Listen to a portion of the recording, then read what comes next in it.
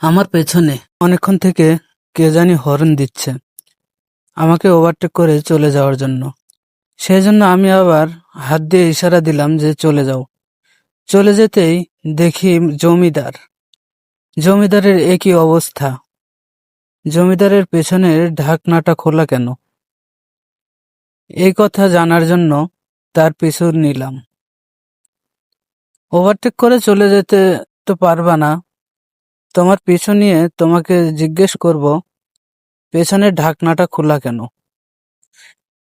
তার মাঝামাঝি যে একটা হরেন দিয়ে তারপরে তাকে জিজ্ঞাসা করা হলো ইশারায় যে আপনার পেছনের ঢাকনাটা খোলা। সে কি বলল বোঝা গেল না। তারপরে আমি আবার টান দিয়ে বের হয়ে চলে গেলাম। হয়তো পরে ও দেখবে